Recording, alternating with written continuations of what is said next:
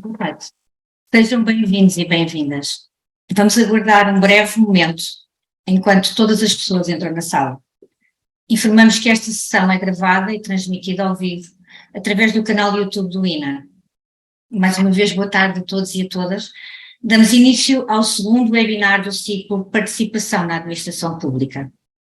As experiências de construção da democracia participativa é o tema central do debate de hoje.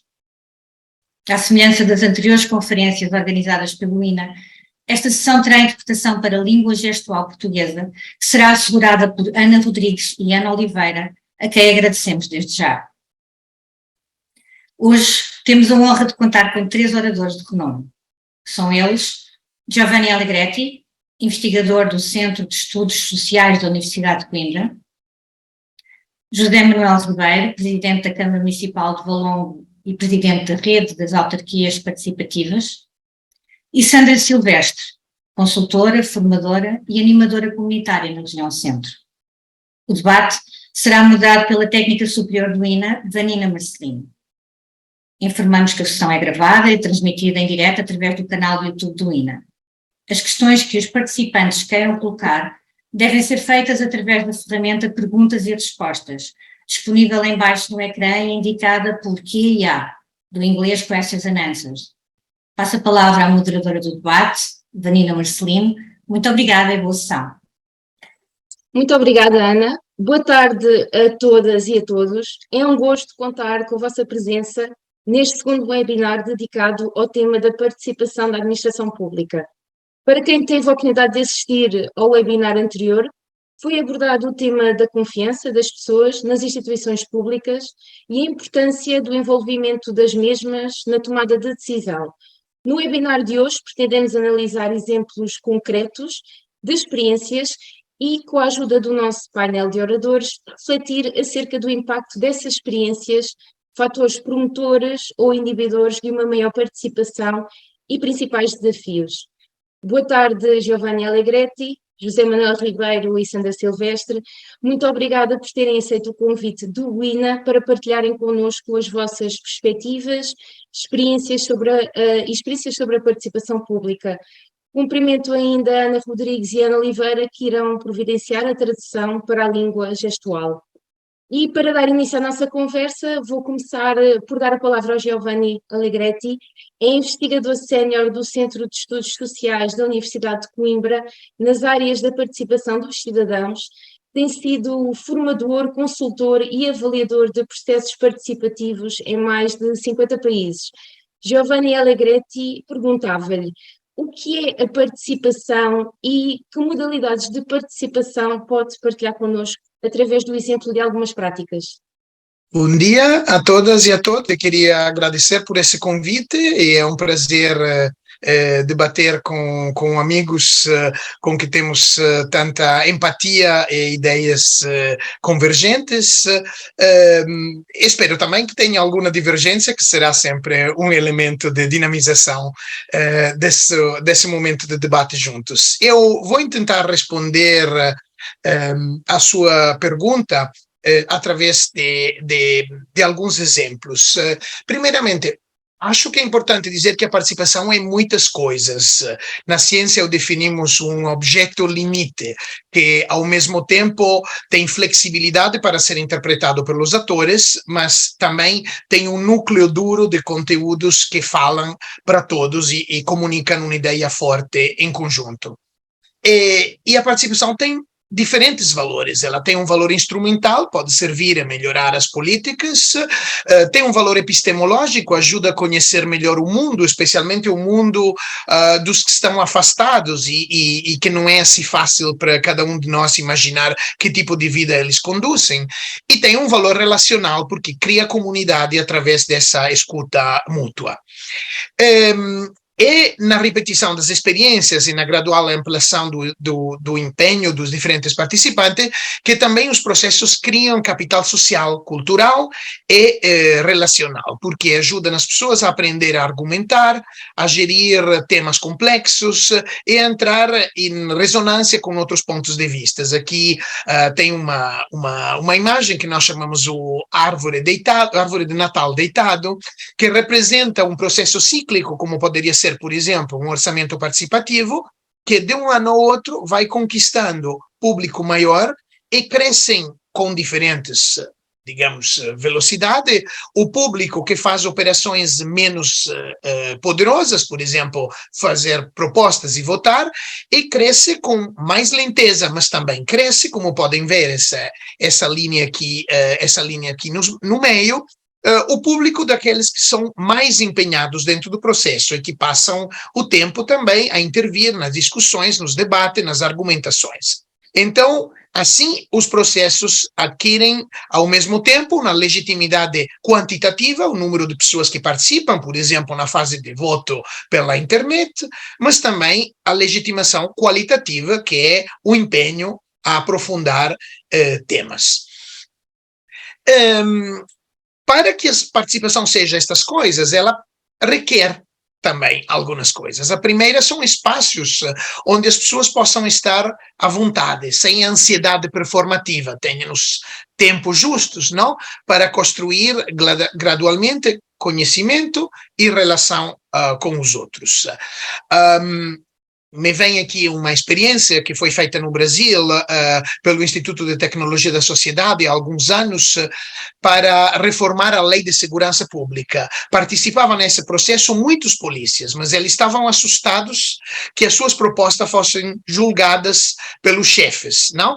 E então, nesse caso, o anonimato dinâmico foi um elemento posto à disposição pelo processo, que permitiu às pessoas, inicialmente, de ficar anônima e propor as suas ideias, e gradualmente, que as ideias, enquanto as ideias eram apoiadas por outros e elas adquiriam também força e digamos, e se sentiam protegidas pela bondade das suas ideias, começavam a assumi-las, assumir a paternidade e então a falar em nome próprio e não mais como anônimos.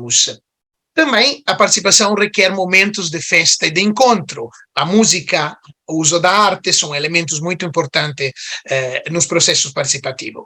Requer o reconhecimento mútuo dos atores, o que quer dizer que ninguém considera a si mesmo com mais direitos de participar do que outros. E necessita tempo suficiente para crescer e necessita linguagem acessíveis para que as coisas sejam compreendidas por pessoas com níveis culturais diferentes. Também necessita que a centralidade do cidadão seja remarcada em cada fase.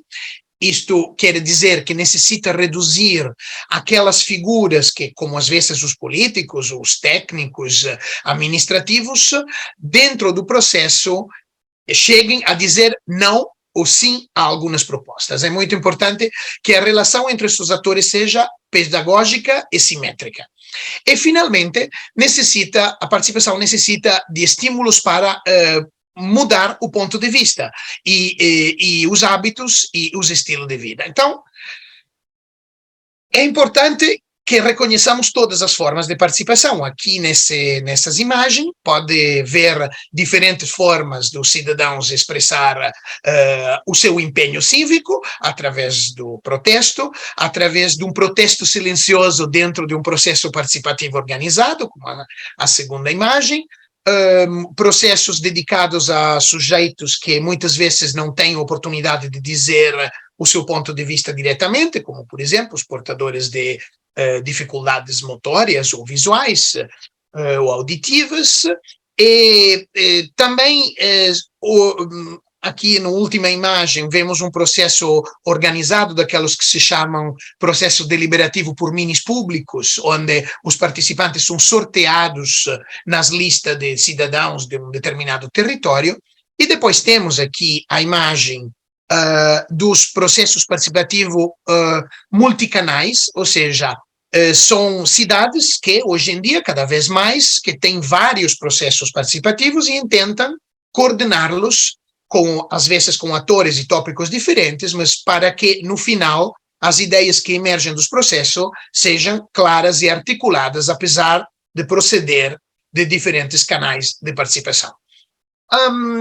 Aqui venho a remarcar uma coisa que hoje em dia tem muita importância, é a construção de espaços permanentes onde os cidadãos possam ter conhecimento e também ter espaços para falar dos sonhos que têm para o seu território. Há muitas formas, tem as chamadas casas da cidade, ou casa do bairro, tem os urban center, muitas vezes eles se transformam um em outro, eles disponibilizam espaços onde se pode recolher informação sobre o território e sobre os planos de transformação, mas também tem espaços e eventos para poder discutir em conjunto cidadãos e administração dessa transformação, de quanto são desejável e que direção deveriam tomar. Um caso interessante aqui que podemos ver à direita embaixo é o caso de Bolonha. A cidade de Bolonha tinha um urban center que informava os cidadãos das transformações da sua cidade. Gradualmente, esse urban center abriu muitos espaços para os cidadãos poder dar, digamos, o seu ponto de vista sobre essas transformações. Gradualmente, ele foi transformado em uma fundação, que hoje chama-se Fundação para a Inovação Urbana. Essa fundação gere todos os processos participativos da cidade metropolitana hoje, incluindo o diálogo com outros municípios, e é uma demonstração que o município de Bolonha entendeu que era muito importante ter um ator neutro, mais neutro, ou seja, que não fosse diretamente uma emanação da política ou da burocracia local, para criar mais confiança nos cidadãos que participam. Estes são alguns resultados que podemos ver de laboratórios permanentes. Esse é o caso do Laurentino 38, um edifício final dos anos 70, uma série de edifícios, um bairro inteiro construído dentro de uma zona verde na periferia de Roma, que necessitava de uma recuperação, porque tinha problemas sociais e muito fortes, e o laboratório com os cidadãos decidiu destruir simbolicamente, como opção para começar um renascimento do bairro, algumas partes do bairro que tinham sido particularmente utilizadas por vendedores de droga e que tinham introduzido uma destabilização, digamos, do bairro. E podem ver aqui essa imagem. Tudo isso foi acompanhado com processos de arte, processos de apoio psicológico, porque também as demolições podem ser um trauma para quem tem habitado muitos anos em um território. E aqui vemos um outro edifício que foi destruído. Esse era uma ecomonstro, se chama, foi construído por uma máfia romana, e os cidadãos foram chamados a dizer o que queriam fazer dele, se queriam encher-lo de funções públicas, e eles preferiram destruí-lo. Como podem ver, foi transformado num parque que chama-se Peppino Impastato, que é um jornalista que foi morto pela máfia. Então o nome também foi decidido em comum. Como podem ver por essas imagens, o edifício foi demolido e transformado nesse parque, que é um parque que tem muitas atividades a céu aberto para formação dos cidadãos, formação cultural, formação técnica sobre vários temas, e é também um espaço importante para os processos participativos dessa La Borgata Finocchio, que é uma área informal de Roma que nasceu ilegalmente nos anos 60. E aqui temos uma outra opção que os cidadãos tiveram em um laboratório do bairro de Corviale, sempre em Roma. É um edifício de 1 quilômetro, podem ver aqui, que bloqueia o vento para algumas partes da cidade. Muitos laboratórios artísticos foram feitos para trazer habitantes de outra zona de Roma que pudessem vir para os eventos e mostrar que não tinham medo de entrar nesse bairro. Era uma tentativa dos habitantes de eliminar o estigma. Aqui é interessante, todos os políticos queriam destruir esse edifício de 1 quilômetro. Os habitantes não quiseram. porque diziam essa zona foi gradualmente equipada com muitos serviços de transporte e muitos serviços públicos, e destruir esse edifício sem garantia que todos os milhares de habitantes sejam rapidamente inseridos em outros edifícios públicos era um risco muito grande. Então foram os habitantes a pedir que não fosse simbolicamente destruído, mas simbolicamente ficasse aqui como um sinal que é possível melhorar o bairro. E, finalmente, acho que, eu falei da importância da arte, mas acrescentaria aqui a importância do jogo também. O jogo nos ajuda muito nos processos participativos a sair dos nossos viés, não? Dos nossos preconceitos, e começar a pensar com a cabeça de outro.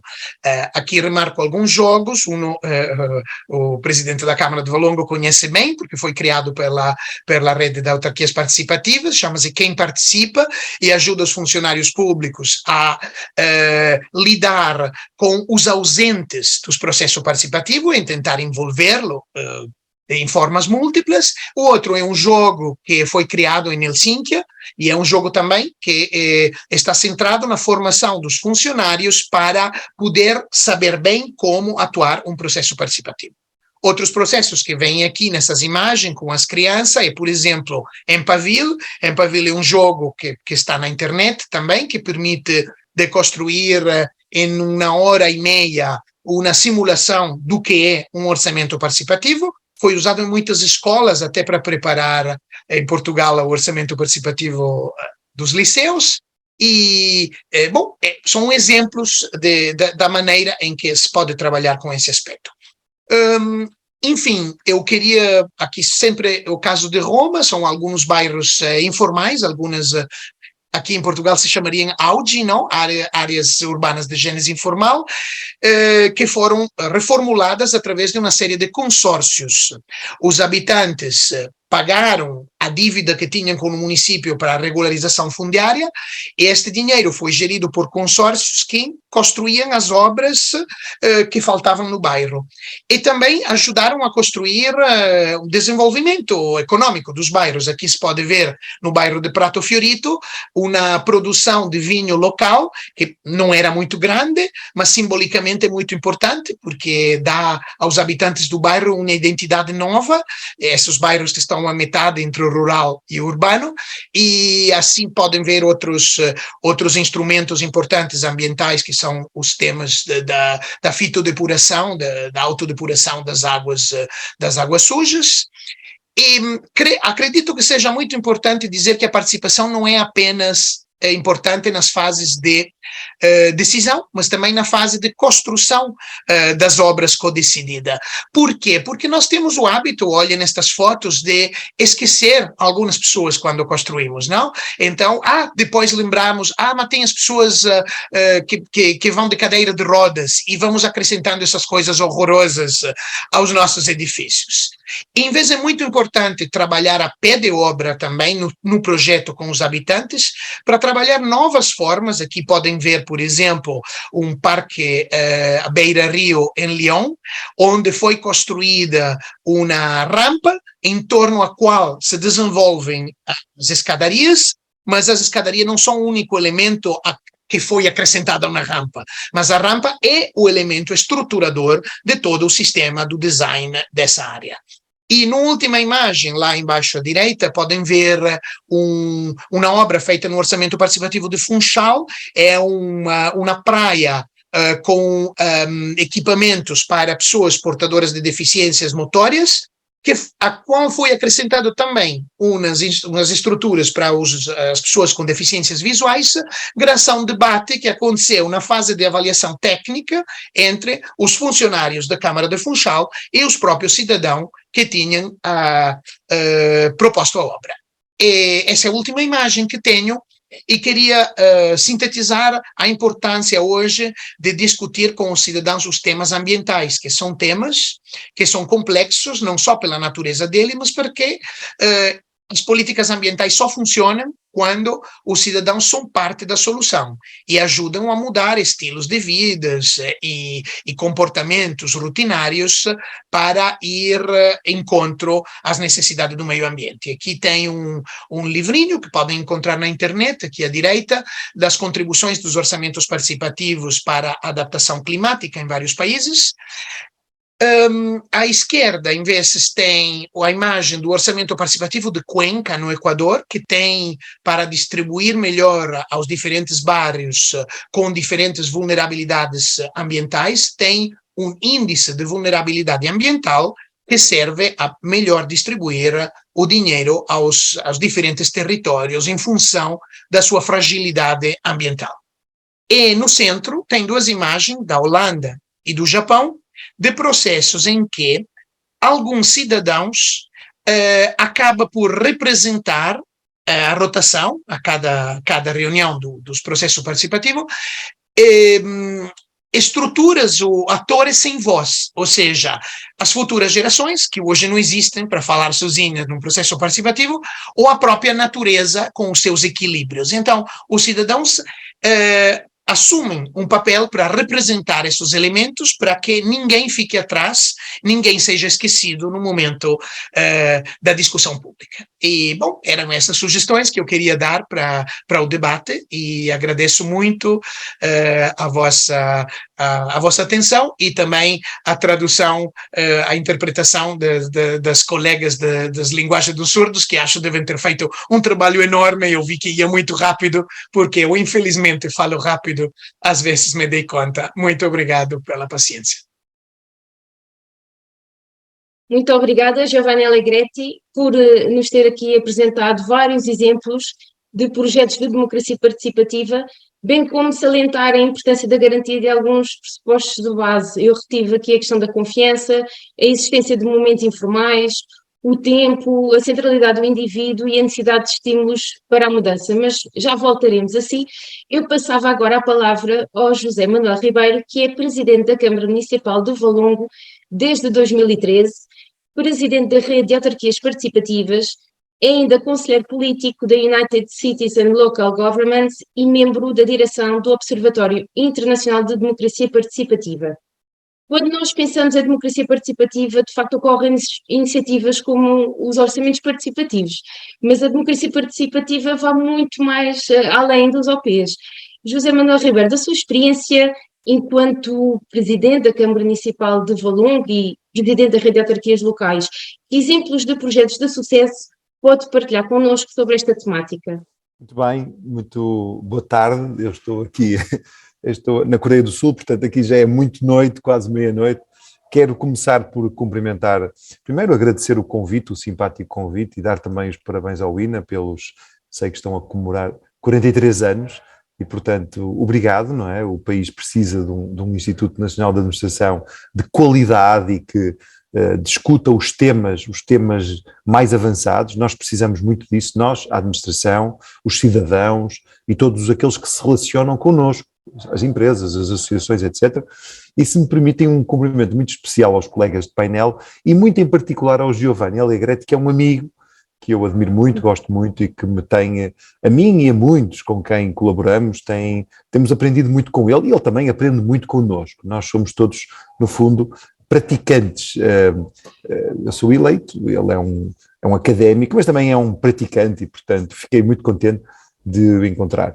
Eu vou falar naturalmente na qualidade de autarca, mas também de representante da rede de autarquias participativas, que é uma ideia genial, que tem uns anos, foi criado em Cascais, aqui há uns anos. Estou ligado desde o início ao processo. O primeiro presidente foi o Carlos Carreiras, de Cascais. Eu estive na vice-presidência, juntamente com o José Manuel Bolieiro, e hoje assumo com muita honra, com muito agrado, a presidência desta rede. Eu tenho uma apresentação, eu vou fazer aqui uma apresentação sobre, no fundo, o que é a rede, e depois também tentar aqui dar algumas respostas às questões que me coloca. Bom, o que é esta rede? Esta rede, como eu disse, surgiu num contexto de exploração e aprofundamento dos mecanismos de participação dos cidadãos ao nível das autarquias locais, no âmbito do projeto Portugal Participa. Fique claro uma questão, a participação não se esgota, como aliás foi dito e bem, mas é importante ter esta noção, não se esgota nos orçamentos participativos. Os orçamentos participativos têm, de facto, uma visibilidade muito grande, mas felizmente há muito mais casos e a rede de autarquias participativas, e bem, criou todos os anos o prémio de boas práticas e cada vez mais as boas práticas que são premiadas não são orçamentos participativos. Portanto, significa que há muitas oportunidades, há muitas iniciativas para introduzirmos a dimensão da participação cidadã nos processos. Bom, esta estrutura colaborativa, esta rede, conta já com mais de 60 autarquias. Das nossas 308, não tem só municípios, tem também algumas juntas de freguesia, e tem, no fundo, está ligada por este compromisso, não é, com a democracia participativa a nível local e o reforço de uma gestão pública transparente. Esta questão é importante, porque no fundo, quando eu referi há bocadinho a existência dos diferentes mecanismos, mas com um objetivo comum, não é? Tudo isto em nome desta questão central do diálogo com os cidadãos, seja para identificar desafios comuns, planear ações ou para tomar decisões que envolvam o coletivo, podem ser naturalmente muito diversos. Depois também é importante esta questão, porque nós na associação focamos muito isto, não tem que ser somente processos criados formalmente pelas instituições públicas locais ou nacionais, podem surgir por iniciativa da sociedade civil e devem, isso é, quer individualmente, quer de forma associativa. E outra questão que é, independentemente da tipologia e do nível de participação que permitem, estes mecanismos participativos têm exatamente um dos objetivos importantes centrais, a contribuição para uma cidadania mais ativa e o reforço da democracia.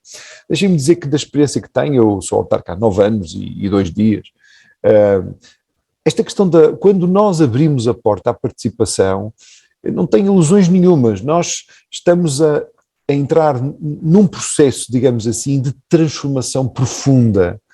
Mas profunda de quem? De vários atores. Transformação profunda dos gestores, dos decisores, dos eleitos. Transformação profunda dos técnicos. É espantoso e há aqui projetos, eu depois eu não domino a fundo os projetos todos dos vários municípios, mas só trago, digamos assim, faço a referência. Mas alguns conheço bem, alguns são desenvolvidos no município que tenho a honra de presidir, e quando falo nesta questão da transformação dos técnicos, dos funcionários, digamos assim, da administração, é mesmo verdade, designadamente ao nível da linguagem. O Giovanni referiu num dos tópicos, mas isto é uma das maiores transformações que pode existir dos processos participativos, mas também dos próprios cidadãos. Os próprios cidadãos que participam, que querem participar, e aqui é importante dizer o seguinte, nem toda a gente quer participar e nós também não podemos ser totalitários e exigir que as pessoas participem. Aquilo que nós devemos criar é condições, mecanismos, canais, dar oportunidades, pretextos, ser criativo para que as pessoas participem. Uma das dimensões de transformação que existe é a questão da corresponsabilização, obviamente. Portanto, do meu ponto de vista, a análise que eu faço, eu sou um simples cidadão que temporariamente sou autarca, nós somos sempre temporariamente autarcas, somos sempre temporariamente políticos, era bom que os atores políticos percebessem isso, definitivamente, porque quando adotamos esta postura de sermos temporariamente representantes, nós temos uma atitude muito diferente, quando atuamos como inquilinos, isso cria uma relação muito diferente com esta experiência de ter poder político, de ter poder de facto de transformação da vida das pessoas. O que eu acho é que, muito sinceramente, é uma convicção muito firme que começa a ter, nós estamos a assistir a um tempo que não é de agora, que tem uma história, o século XX mostrou muito, aliás, achava muita piada aquela descrição do século XX, o século do povo, mas é curioso perceber que, à medida que nos últimos anos foram criadas condições para as pessoas participarem, não só pelo facto de terem mais instrução, mais educação, eu estou aqui a falar muito localizado na Europa, mas não é só na Europa, mas é a realidade que eu conheço melhor, esta coisa das pessoas terem mais formação, mais meios, mais tecnologia, e naturalmente isso criou uma pressão muito grande àquilo que era, digamos assim, o funcionamento das nossas democracias, que eram eminentemente representativas. Ainda há muitos locais do mundo onde o fenómeno democrático é representativo, onde os políticos não têm nenhuma sensibilidade para a participação cidadã. Em muitos casos, em muitos países, o orçamento participativo, quando ele nasce em Porto Alegre, no Brasil, é claramente uma percepção, uma compreensão ou aceitar a importância dos cidadãos, a importância da democracia participativa para reforçar o funcionamento da democracia representativa. Que eu esta ideia tenho-a de forma muito convicta. Eu acho que a democracia tem duas vertentes, como se fossem dois irmãos gêmeos, uma dimensão representativa e uma dimensão participativa. E nós, se lermos com atenção o Alexis de Tocqueville, quando fez aquela análise da sociedade americana, é evidente que temos que perceber à época que não era a democracia dos dias de hoje, assim como na Grécia. Na Grécia muitas pessoas não participavam, mas podemos analisar o fenómeno, digamos assim. A verdade é que, já quando líamos daquilo que era, digamos assim, a experiência americana, percebíamos a dimensão da descentralização, a dimensão da participação. Bom, podemos dizer que não era de todos, é certo, mas já percebia-se que isso era parte da força do que estava a surgir nos então Estados Unidos da América, 3 estados, e portanto, eu não tenho dúvidas que este é o processo, e portanto estamos mesmo num processo. Portanto, e é por isso que é importante esta questão. Quando falo na rede, falo sempre no processo, e aqui numa iniciativa do INA, a questão do processo é central, é transformador. Bom, sobre a questão de alguns exemplos, que foi o desafio que nos fizeram, nós temos naturalmente os orçamentos participativos, não é? Eu não queria aqui estar a falar muito, mas nascem no Brasil há 30 anos, é uma prática, digamos, democrática que se encontra difundida um pouco por todo o mundo, também muito em Portugal, e são dos mecanismos de participação mais conhecidos e disseminados e naturalmente agregam enorme diversidade em termos normativos, territoriais, setoriais ou temáticos. Mas atenção, eu vou aqui chamar a atenção para uma questão.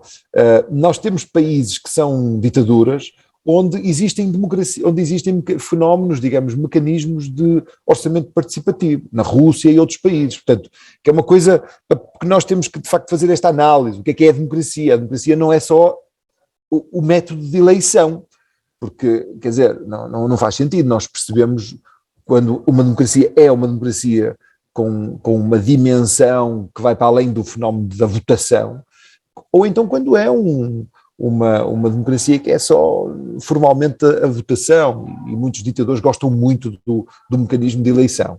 Mas é só para dar nota deste fenómeno.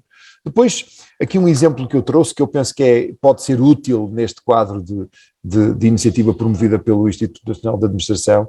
Nós fizemos uma experiência há uns anos que foi um sucesso, e eu tenho divulgado esta iniciativa por vários colegas, que foi um orçamento interno, ou seja, nós disponibilizamos em Valongo a todos os nossos 1.100 funcionários um montante, não tem que ser muito dinheiro, porque o quanto é o processo, e desafiamos os nossos funcionários a terem ideias, a terem propostas e a deliberarem sobre essa pequena parcela do orçamento com o objetivo de melhorar o bem-estar no trabalho, e é impressionante. Deixem-me dizer o seguinte: nós temos todos os anos dezenas, se não centenas de ideias que nenhum consultor, pagando um balúrdio, iria ser capaz de dar se fossem contratados, porque nada iguala a riqueza que existe dentro das organizações, dentro dos institutos públicos, das direções gerais, das câmaras, de toda a administração pública. O problema é que nós,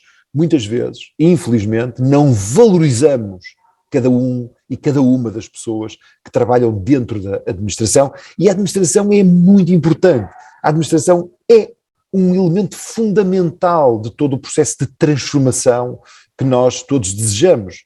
E, portanto, e tem um enorme retorno do ponto de vista da motivação profissional. Eu costumo dizer que não defino o montante, o vencimento dos funcionários, mas como autarca posso contribuir de forma decisiva para o salário emocional. E eu e os meus colegas e qualquer dirigente público, nós isso podemos decidir. E também este tipo de mecanismos são mecanismos que contribuem muito para esse sentimento de satisfação. Posso ganhar um bocadinho menos, mas eu gosto imenso do que faço, sou valorizado, sinto que faço parte de alguma coisa, não sou um simples número ou um nome que às vezes ninguém sabe quem é, e portanto, isto é muito importante, porque isto depois permite a tal força no processo de transformação que eu referia, nesta mudança nos modos de fazer, de pensar dentro da organização, e dá uma maior capacidade de relacionamento com a cidadania, seja individual, seja coletiva. Portanto, aqui não tenho dúvidas nenhumas, eu trouxe este exemplo porque é um exemplo que pratico e, portanto, é sempre bom nós também usarmos os exemplos que conhecemos e que, neste caso, desenvolvemos na Câmara Municipal de Valongo. Depois, um exemplo também de sucesso em Torres Vedras, um programa giríssimo, os idosos saudáveis e ativos, ligado ao património, uma aposta na qualificação e integração de séniores em locais de manifesto interesse público, histórico e cultural, nomeadamente igrejas, de forma a garantir o seu funcionamento regular e aberto ao público, digamos assim. Basicamente, uma ideia simples, mas a apresentação vai ser partilhada e depois, se quiserem saber mais a fundo, tem informação através do site do município de Torres Vedras, também integra a rede e está numa das vice-presidências. Esta iniciativa assenta na criação de um circuito turístico-histórico em 10 igrejas do concelho de Torres Vedras e que passaram desta forma participativa, no fundo empoderando também os cidadãos a estarem acessíveis ao público todos os dias. Depois, os tutores de bairro, que aliás ganhou este ano o prémio de boa prática em Cascais, que é um projeto poderoso com alguns anos, também assim de forma muito sintética, o tutor, no fundo o tutor é um cidadão, uma cidadã, o que é no fundo é um interlocutor privilegiado entre a população local e os serviços do município de Cascais, cabendo-lhe monitorizar na área que lhe for atribuída o estado da limpeza urbana, a recolha de resíduos, os espaços públicos verdes urbanos, os espaços de jogo e recreio, calçadas, pavimentação, iluminação, estacionamento, viaturas abandonadas na via pública, segurança pública, animais errantes, entre outras situações. Isto envolve no programa mais de 250 tutores, ou seja, homens e mulheres que desta forma participam, digamos assim, na vida democrática, na vida da comunidade do Concelho de Cascais. Temos depois outro exemplo também de sucesso, o processo de revisão do PDM na Maia, que envolveu uma dimensão de processo participativo nesta segunda revisão do Plano Diretor Municipal da Maia, que foi concretizado entre janeiro de 2019 e dezembro de 2020, e que teve como objetivo assegurar que este procedimento fosse desenvolvido num contexto de participação e envolvimento público alargado, incluindo todas as perspectivas associadas a cada um dos setores de atividade, procurando-se assegurar que a maioria dos representantes locais e cidadãos em geral tivessem a oportunidade de participar no desenvolvimento da estratégia, dos objetivos de desenvolvimento e das ações de concretização. Muito interessante este projeto e que também está disponível através do site. Depois, e perdoem-me o facto de ter aqui mais um exemplo do município, nós fizemos uma experiência muito gira, porque é uma coisa que eu vou partilhar com todos. Depois de abrirmos a porta da participação, nós ficamos mesmo viciados e percebemos que, afinal, é um admirável mundo novo. Nós tínhamos também que fazer a revisão do Plano Diretor Municipal, é um imperativo legal, todos os municípios têm que o fazer, e então decidimos fazer um desafio a quem? Às crianças. As crianças, para elas, no fundo, construírem o futuro, não é? O nosso futuro, construído por crianças e jovens. Como é que chamamos-lhe Valongo 4.0, o futuro construído pelas crianças e jovens de Valongo?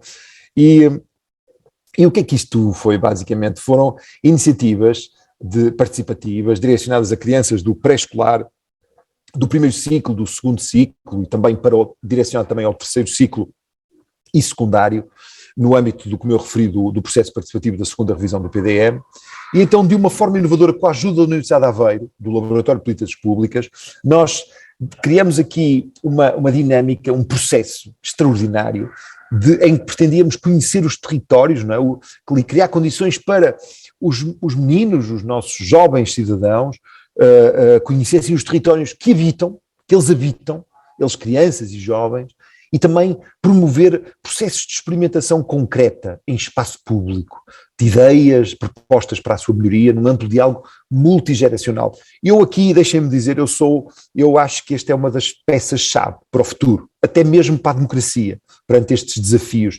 Nós temos que cada vez mais voltar a ser capazes de dialogar entre gerações, olhar para uma criança, um adulto e um sénior como sendo iguais, sendo humanos em diferentes fases da vida, não perder a capacidade de falarmos uns com os outros, olhos nos olhos, tentarmos combater uma coisa terrível. Hoje as pessoas quase que não falam, mas olhos nos olhos, já só falam olhar para o computador. E portanto, nós aqui nesta experiência que foi extraordinária, eu agradeço muito à Universidade de Aveiro, nós só foi possível porque estimulamos o diálogo entre gerações, para pensar o espaço das crianças, que normalmente são espaços de brincadeira. Foi preciso dialogar com os mais velhos, com os mais novos, e falar de história, contar histórias, mas depois também ligar a tecnologia. Nós, como é que permitimos aos jovens materializar as ideias? Através do gaming, como dizia o Giovanni, através do gaming, nós podemos dar a hipótese deles materializarem. Foi uma ideia muito gira e é viciante, porque cada vez queremos mais coisas do género, e foi também uma iniciativa que consideramos com um imenso potencial. E que depois, outra ideia, outro projeto interessantíssimo, muito importante, o BIP-ZIP em Lisboa, um programa de bairros e zonas de intervenção prioritária em Lisboa, que visa apoiar a dinamização de projetos pensados para e pelas comunidades locais, suprindo as suas necessidades a diversos níveis e pondo a concorrer para isso as forças locais. Foi um programa criado em 2011, tem permitido apoiar dezenas de projetos ao nível da empregabilidade, formação, promoção da saúde, educação, inclusão de grupos vulneráveis, etc. Os núcleos de proteção civil no Funchal, projeto muito, muito importante, muito interessante, no fundo, são núcleos que se assumem como organizações informais e voluntárias de base comunitária, que reúnem residentes nas zonas altas do Funchal, são as mais expostas às catástrofes naturais, com vista a criar uma resposta coletiva no âmbito da prevenção e mitigação dos riscos, aumentar a consciência do risco de catástrofes e adquirir competências para uma intervenção eficaz e eficiente nas diferentes fases da proteção civil. Depois, assim, para terminar, e eu acho que era importante, porque também acho que já estou a gastar tempo demais, mas não queria estar a amassá-los, é importante referir aqui, como é que eu ia dizer, do ponto de vista das aprendizagens e dos impactos. Portanto, esta questão da complementaridade, portanto, os processos participativos não se esgotam em si mesmos e devem ser suportados e complementados por outras medidas ou ligados a outras medidas, falando aqui claramente da questão da transparência, da proximidade, do rigor, da prestação de contas, de educação para a cidadania, muito importante. É por isso que eu distingo. A nível local, nós temos claramente a democracia da proximidade. É muito diferente de governar a nível central ou regional. A avaliação e melhoria contínua. As comunidades não são entidades estáticas e obrigam-nos a estar permanentemente atentos à realidade, que está em permanente mutação. O valor do impacto imaterial, difícil de quantificar. Os processos participativos a médio e longo prazo contribuem para alterar o modo de fazer e pensar as coisas. E o papel transformador de percursos de vida. Impacta em múltiplas vertentes da vida dos cidadãos, através da aquisição de competências democráticas, que são muito importantes, maior tolerância e diferentes visões do mundo. Só para terminar mesmo, porque nós estamos hoje a ser novamente desafiados. Pensávamos que a democracia era algo garantido, mas não é. E lembro aqui Alexis de Tocqueville. É importante relermos outra vez. Dizia ele que as nossas... eu não vou ler em inglês, mas pronto, mas... esta questão de nós, esta ligação com o futuro, a aprendizagem, a forma como a perspectiva histórica é essencial para planear o futuro e evitar cometer os erros do passado.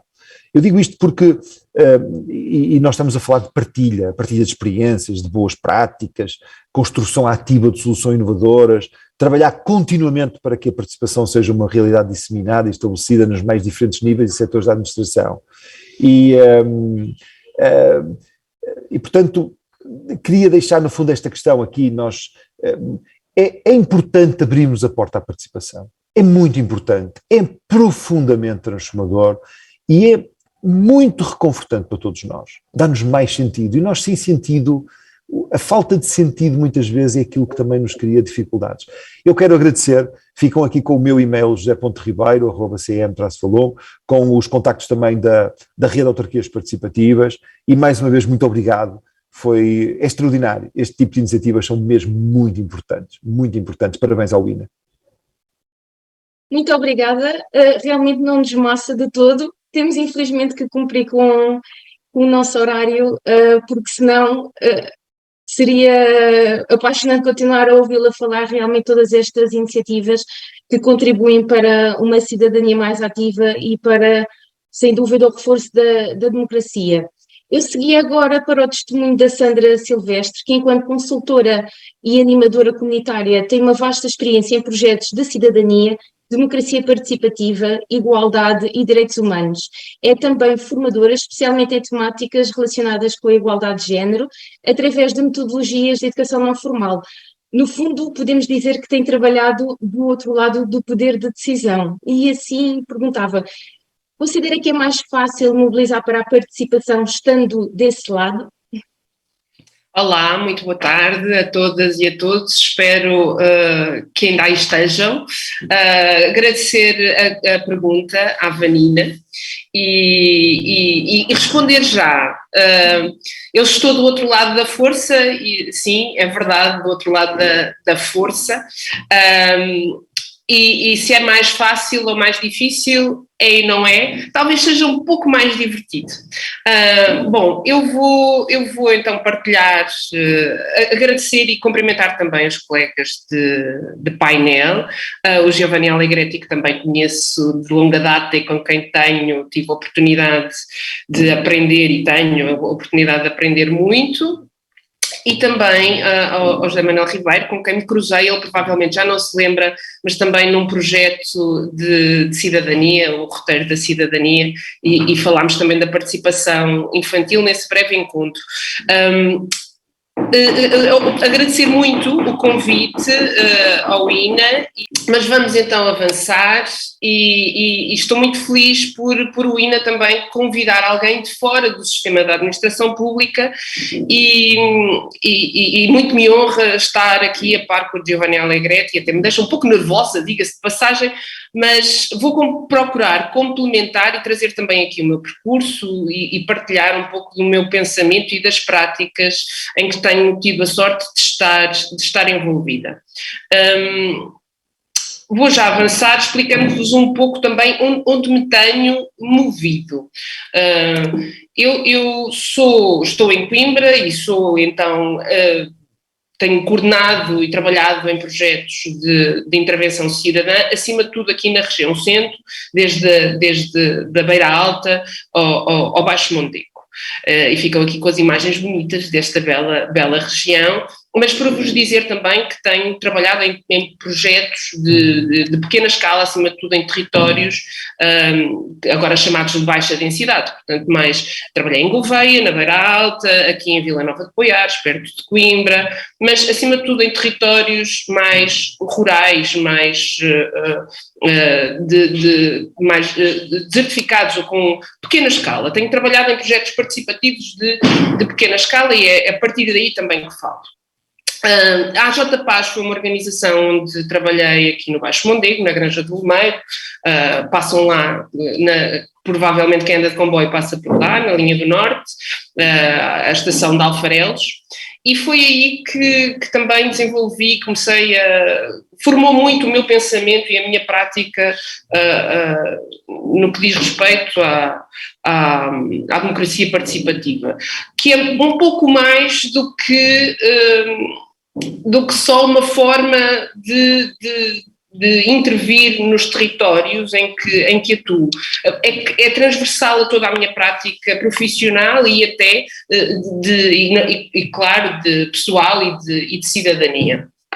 E a questão do feminismo, esta organização e eu sou feminista e enquanto feminista a participação que defendo e que procuro praticar é uma participação que seja transformadora das relações entre as pessoas e transformadora no sentido de uma maior justiça, justiça de género e justiça social também. Portanto, um feminismo radical que implica a atenção às relações de género e também a atenção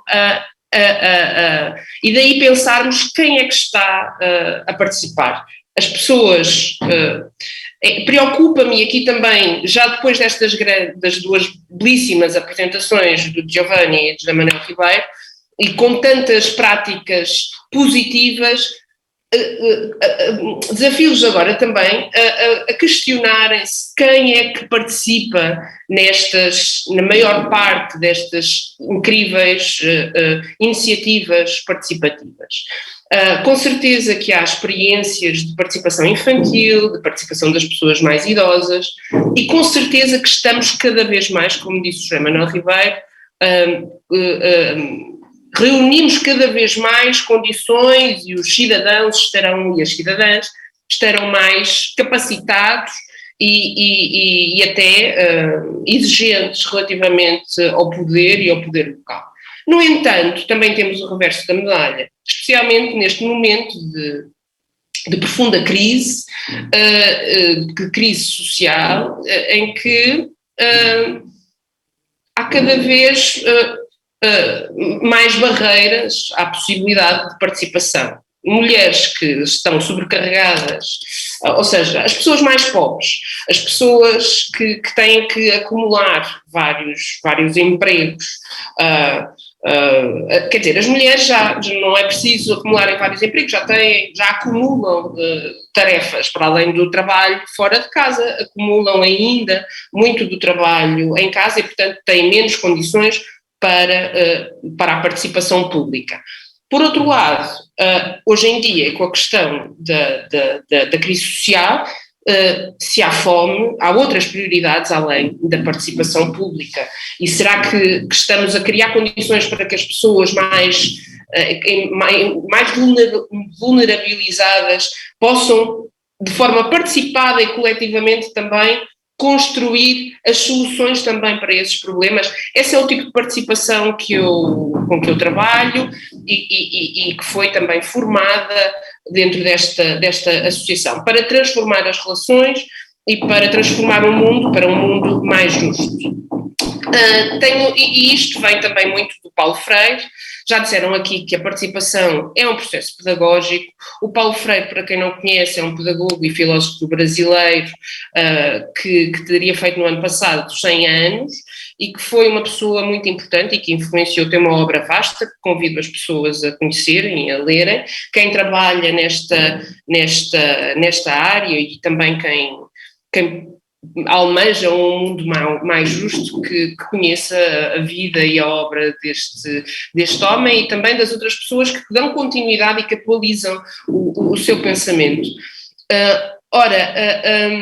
Vanina, respondendo à pergunta se fica mais fácil mobilizar para a participação, eu também me fui conscientizando e continuo a conscientizar, portanto, esta postura aprendente de continuarmos, se nós queremos mobilizar para a participação, temos também que nos mobilizar a nós próprias, não é? E continuarmos também a aprender continuamente e a aprofundar o nosso pensamento e a nossa atitude enquanto cidadãs e enquanto pessoas que têm uma responsabilidade e um papel no mundo. Ora, a participação e os processos em que eu tenho estado envolvida são muito horizontais e procuram, e nessa horizontalidade procuramos exatamente que cada pessoa se redefina também e consiga formar a sua identidade enquanto cidadãs e em comunhão e em coletivo consigam, como diz o Paulo Freire, consigam também libertar-se de tudo aquilo que pode impedir a construção coletiva de um mundo melhor. Ok, o GAF é uma outra, e aqui passando um pouco mais para as práticas, e eu talvez me esteja a alongar, porque de facto há muito a dizer sobre isto. O GAF, o Grupo Aprender em Festa, é uma organização de Gouveia em que trabalhei e faço parte, e que é também uma referência para mim no que diz respeito à questão da participação e do trabalho comunitário é uma comunidade de pessoas com quem continuo a aprender muito, e que vale a pena conhecer, podem também procurar nas redes sociais, e que tem desenvolvido desde há 30 anos, vai fazer 30 anos no próximo ano, já tem mais de 30 anos, informalmente começou com um grupo de cidadãos ativos e que quiseram questionar também o Estado e quiseram contribuir também para o desenvolvimento daquelas comunidades. Em 1989, portanto, constituiu-se em 93 e fará então 30 anos para o ano. Então, o Grupo Aprender em Festa é um grupo até de pessoas muito inspiradas também por Paulo Freire, que teimam em trabalhar com toda a gente, olhos nos olhos, e em festa, como já referiu também o José Manuel Ribeiro e o Giovanni, esta importância de criar processos de encontro e de festa. O Giovanni falou na questão da cultura como contribuindo como sendo elementos importantes nos processos participativos. O GAF começou por organizar festas comunitárias como forma de pôr as comunidades a ser uma parte mais ativa na construção dos destinos desses territórios, dessas aldeias da Serra da Estrela. E, portanto, eu trabalhei lá num projeto de participação cidadã entre 2014 e 2016, animámos grupos de cidadãs e cidadãos, alguns deles só de jovens, outros de crianças, outros mistos. Vou-vos mostrar aqui, trouxe, para acelerar, um pouco da metodologia, ou melhor, um pouco não, a metodologia que pusemos em prática nesse projeto, que começou por juntar pessoas e olhar para o território, envolve tomar decisões coletivamente, inspirar-nos nas cidades amigas das crianças ou nas cidades amigas dos idosos, para depois escolher quais eram os aspectos positivos e negativos, não só olhar só para aquilo que está mal, mas também ver aquilo que gostamos nas nossas comunidades, nos nossos bairros, nas nossas comunidades também de pertença, o que é que está bem e o que é que está mal, se está bem, o que é que pode ficar ainda melhor e o que é que precisa de ser resolvido. E depois, provavelmente, tivemos que alargar a outros grupos, procurar conhecimento, aprender. É sempre um processo de extremo diálogo, de aprendizagem e de crescimento coletivo, onde se constroem novos laços de sociabilidade e relações colaborativas para, lá está, melhorar o nosso território. Como o Giovanni também falou, ganha-se muito ao executar colaborativamente. Não tenho aqui fotografias, mas imaginem o Presidente da Junta que reúne com crianças de 4 anos de idade, 4, 5, 6 anos de idade, e que depois, com eles, a par com eles, ao nível dessas crianças, vai melhorar o parque infantil, que por acaso fica mesmo atrás da Junta de Freguesia. Temos uma fotografia em que está o Presidente da Junta, temos da reunião e temos também do Presidente da Junta que ouve, que escuta e que valida a opinião. As crianças é que são as especialistas no parque infantil, ou não? Devem ser as crianças então a participar também da definição do que é que queremos para esses espaços. Os espaços são seus e a sentirem esses espaços também como seus E deixem-me mostrar-vos aqui, este mural foi depois criado nesse mesmo parque infantil, e aqui são as famílias, são as mães, a pintar esse mural. Esta é também uma dica para quem animar estes projetos, que é fazer coisas concretas. Ou seja, o que é que eu chamei este slide de sustentabilidade da participação? Começar um grupo de participação cidadã é fácil, o pior é manter. E quais são as dicas de sucesso? A meu ver, e baseado na minha experiência, e aqui muito curtas, não é? Esta questão das realizações concretas e prazerosas, ou seja, os tais momentos de educação informal, de convívio e de criação de laços entre a comunidade. O conflito também faz parte, mas tem que haver realmente, tem que se ver até de uma forma bastante rápida que a participação tem resultados concretos, materializa-se. Por isso, um mural de uma festa em que se chama a comunidade toda foi uma atividade que teve ali foi um gatilho para falta-me a palavra, para cozer a comunidade, é o fermento da comunidade, não é? Para isso é preciso que haja persistência e criatividade também de quem está a facilitar os processos participativos e abrir e criar-se um ecossistema que permita esta persistência e criatividade. A questão da reflexão e da avaliação, da comunicação frontal e genuína é também muito importante. O José Carlos Mota e a Rosa Madeira da Universidade de Aveiro são pessoas com que se pode aprender muito, muito mesmo sobre estes processos participativos e com as pessoas que normalmente cujas vozes normalmente não são ouvidas. Também aprendi com a Rosa Madeira neste projeto que, na Aventura no Mundo da Cidadania, que quando damos a oportunidade, criamos as condições corretas e para pessoas que normalmente não são ouvidas, que são desconsideradas socialmente na comunidade, pessoas com deficiência, pessoas pobres com deficiência.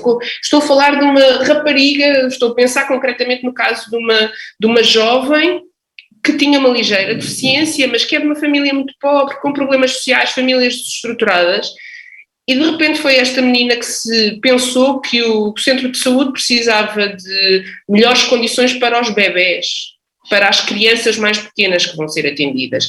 E foi ela que foi ao palco e que tomou a palavra. E com esta jovem ficou agarradíssima, ficou contagiada por este processo participativo e nunca mais as perdemos.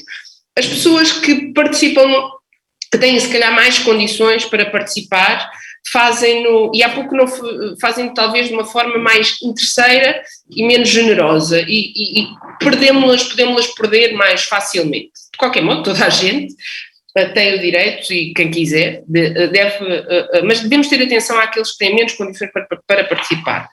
Queria-vos dizer uma outra, há pouco não referi, esqueci-me,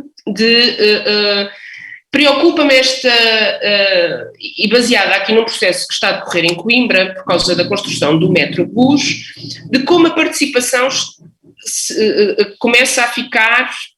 Há um grupo de cidadãos que está a atuar relativamente aqui ao corte de árvores para a construção do Metrobus, de um autocarro elétrico, e os cidadãos mais visíveis, destacados nesta luta, têm um conhecimento técnico, são arquitetos, engenheiros, e portanto, se não estamos também cada vez mais num tempo em que a participação muito técnica é cada vez mais valorizada, se não fica para as pessoas com conhecimentos altamente especializados, altamente qualificadas, esta capacidade de participação. Espero que não, espero que consigamos realmente traduzir estes processos burocráticos, os PDMs, como conseguiu o José Carlos Mota na Maia, traduzir através de jogos, através de todas as metodologias de educação não formal e popular,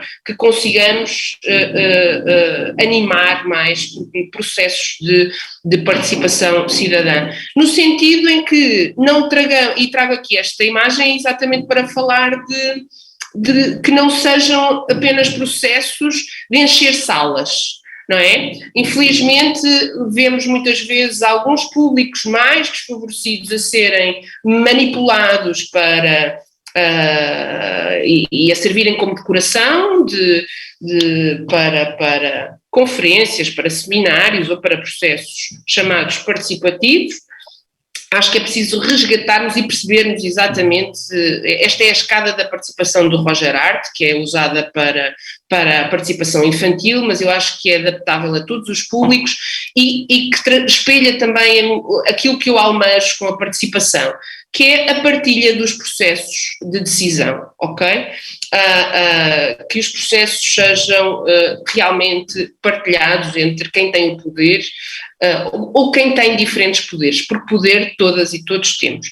E isto leva tempo, exatamente, e portanto a participação, um dos grandes desafios é o tempo, e se queremos fazer processos participativos precisamos de muito tempo, e isso é uma das dificuldades da parte das ONGs e das associações, e vou já terminar, que é, somos financiadas e portanto só trabalhamos, o projeto que eu falei durou 2 anos, depois teve um hiato, depois teve outros 2, e se não houver, enquanto na administração pública os trabalhadores podem ter outras barreiras, mas têm pelo menos 4 anos do mandato do Executivo ou do Governo Central, mas podemos pensar a maior prazo e acho que é importante pensarmos a médio e longo prazo. Um processo participativo leva tempo e os projetos financiados normalmente não deixam tempo para isso. Por isso, se queremos ir em conjunto, precisamos de tempo, que nos faltou aqui, não é? E é isso, mas eu acredito que vamos conseguir. Obrigada e desculpem alguma gaguez, mas estava nervosa. Não se notou. Obrigada, Sandra. E realmente esta questão do tempo, do sentido de urgência, é muito importante. Já temos aqui algumas questões no chat que até gostava de partilhar. Também convidava os outros oradores a ligarem a câmara. Neste caso, deixe-me só ver se consigo abrir a pergunta. Portanto, os orçamentos participativos têm um grande potencial, mas são também muito exigentes. Segundo entendo, para serem bem-sucedidos, requerem recursos financeiros, competências técnicas, compromisso político, tempo, entre outras coisas.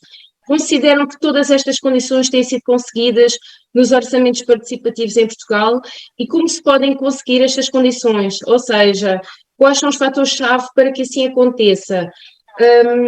Isto também faz-me fazer a ponto com aquilo que o Giovanni estava a referir, também da questão da criação de espaços de reflexão. É necessário, de facto, que as pessoas tenham tempo também para refletir, para partilharem as suas ideias, mas, por outro lado, existe o reverso, um bocadinho no sentido de urgência, as coisas não podem parar. E perguntava ao Giovanni, como é que nós podemos agilizar ou fazer, no fundo, este equilíbrio entre conquistar as pessoas e, por outro lado, aproveitar as suas recomendações e conseguir implementar soluções? Bom, eu acredito que um orçamento participativo seja um bom indicador da real vontade de fazer participação por parte de uma administração pública, porque a coisa que o nosso espectador sublinha são, na verdade, aquelas coisas que transformam a participação numa realidade. Ter dinheiro, não, para gastar nas coisas que foram ditas em comum. Eu não acho que os orçamentos participativos sejam tão complicados para o público, porque eles associam uma narrativa, falam de obras, de coisas que servem para a nossa vida e associam a esta obra um valor. Elas não falam detalhadamente de dinheiro, falam do dinheiro associado a uma escolha, e essas escolhas são explicadas de forma clara. Obviamente, eu acho que é sempre muito importante manter um formato, digamos, de gaita, ou seja, um formato que tenha momentos em que quem quer participar mais pode participar mais, aprofundando mais a discussão, o debate, a participação no planeamento detalhado das obras, e outros para pessoas que têm menos tempo ou menos entusiasmo e que querem dizer algo sobre a sua visão, mas não tem tanto tempo para dedicar. Então é muito importante ter esses formatos, a geometria variável, para que todos possam encontrar o seu momento. Alguns adquirem capacidade de participar mais depois do segundo, terceiro ano, depois de ter observado os outros. Então é muito importante de dar tempo para crescer também nesse sentido, e acompanhamento com linguagem e formas de transparência que concentram a todos o que tem diferentes graus de cultura ou de tempo para analisar as questões, de participar é fundamental para manter a participação muito ampla. Obrigada. Estamos mesmo a chegar ao fim, mas eu ainda queria ver se conseguia que o José Manuel Ribeiro me respondesse aqui de forma muito sintética a outra questão. Uma pessoa pergunta-lhe, dedica a questão assim e pergunta o que é que pensa acerca da participação dos mais novos na sociedade, considerando que eles são, no fundo, o nosso futuro. Bom, eu considero que são todos importantes. Eu não tenho essa visão, atenção. E o Giovanni conhece-me, eu acho que são todos importantes. Eu volto a dizer o seguinte: nós, os jovens, as crianças, os jovens, os mais ativos e os séniores, são seres humanos, ponto, somos animais. Nós somos animais dotados daquilo que caracteriza os animais. Somos racionais, somos irracionais, ainda bem, não é? Choramos, rimos, temos um conjunto de características, não somos máquinas. É importante isto. E, portanto, é evidente que temos naturalmente experiências diferentes de vida, mas eu volto a dizer isto: se nós tivermos o foco e se percebermos que o diálogo intergeracional é transformador, nós passamos a olhar para a importância da participação de crianças, por exemplo. Eu vou dar um exemplo mais concreto, que é mais fácil.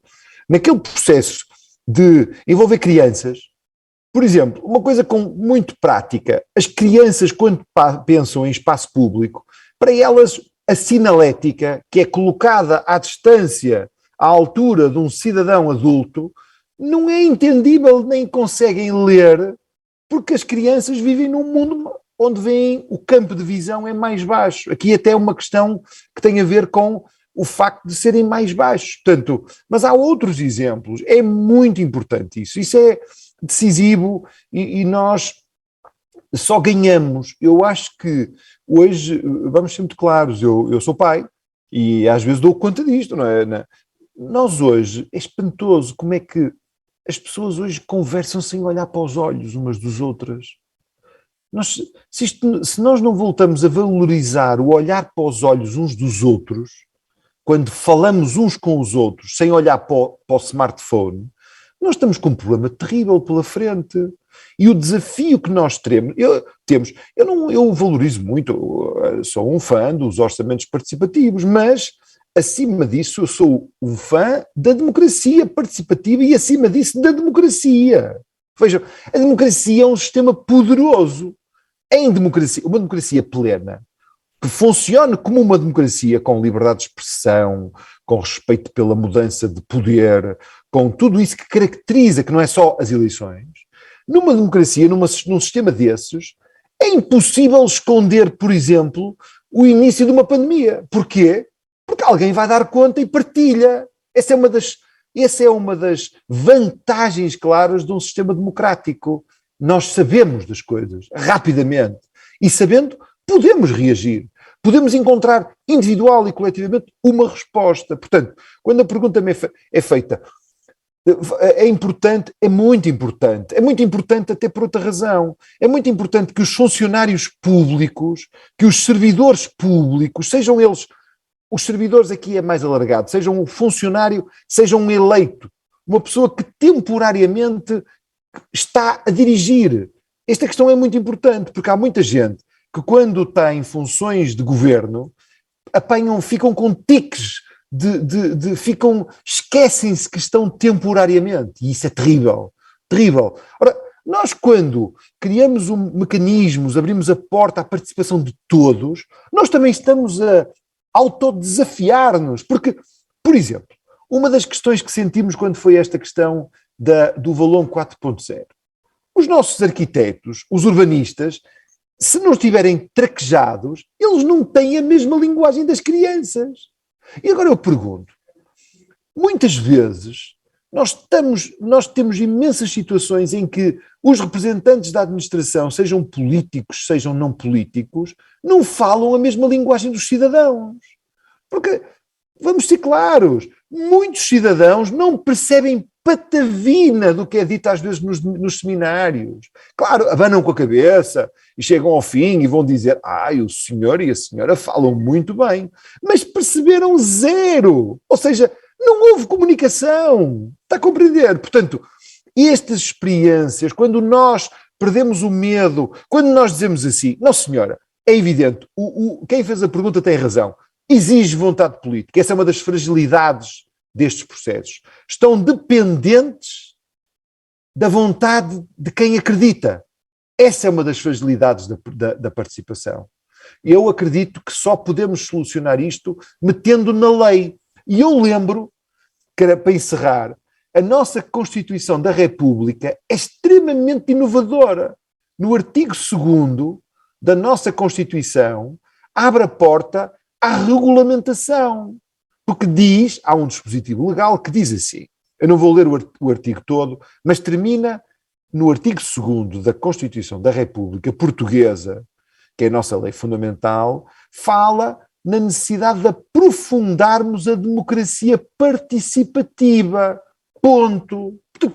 E aqui é onde nós combatemos esta fragilidade, porque nós não podemos estar dependentes. Vanina, nós não podemos estar dependentes, quer dizer, agora elegemos um presidente, homem ou uma mulher, e o fulano ou a fulana gostam muito da participação. Ótimo. Caraças, temos o azar de a seguir vir alguém que detesta, que não tem paciência para aturar os cidadãos. Gramamos 4 anos, porque é muito fácil desligar estes sistemas. É só dizer não há dinheiro. É a coisa mais fácil do mundo. E as pessoas até compreendem. Não deviam aceitar, mas compreendem. Portanto, a resposta é, dá trabalho, dá. É muito difícil, é preciso que muita gente acredite, mas é determinante, muda-nos e muda as próprias pessoas que trabalham na administração pública para melhor. Muito obrigado. Muito obrigada. Bom, vamos mesmo ter que concluir, já esgotámos o nosso tempo. Eu gostaria de agradecer ao Giovanni Allegretti, ao José Manuel Ribeiro e à Sandra Silvestre por esta hora de conversa. Foi um gosto muito grande ter tido esta oportunidade de estar convosco e falar sobre este tema tão relevante. Agradecer também à Ana Rodrigues e à Ana Oliveira, que estiveram igualmente a comunicar através de língua gestual.